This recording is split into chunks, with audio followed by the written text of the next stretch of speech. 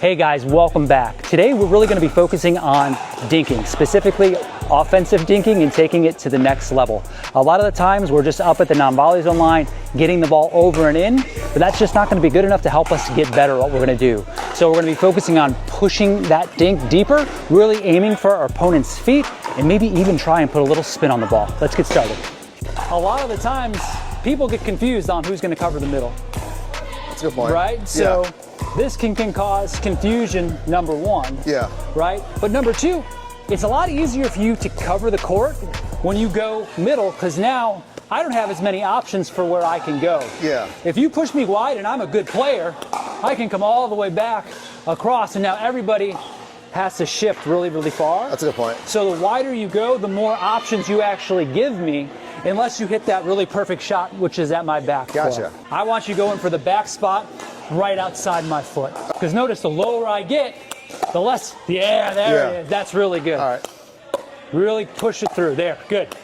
So when you're pushing that ball deeper, what did you feel like you were doing differently with your follow through and your shot? I think really just to your point, pushing more. Before I was trying to use more wrist, and I was using more forearm instead of more wrist. Yeah, and really lift from that shoulder. That's what's going to help you get that ball a little extra lift without having to really put a flick in it.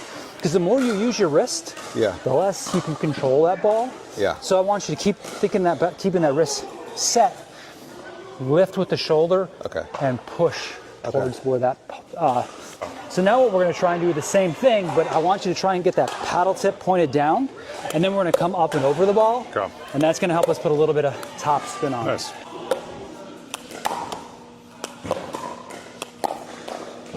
So lift with your shoulder, keep that wrist set. There we go, that was really good. Yeah, very good. You picked up on that fast. So when you took the wrist out of it and you were just using your shoulder, because we're keeping that wrist steady, we're pointing the paddle down and then we're just coming up and over the ball. Right? Because if we start using our wrist, I think I was trying to. It's just going to ricochet off the ball, right? Angles create opportunity. So if you push me wide, now I have the whole court to go towards.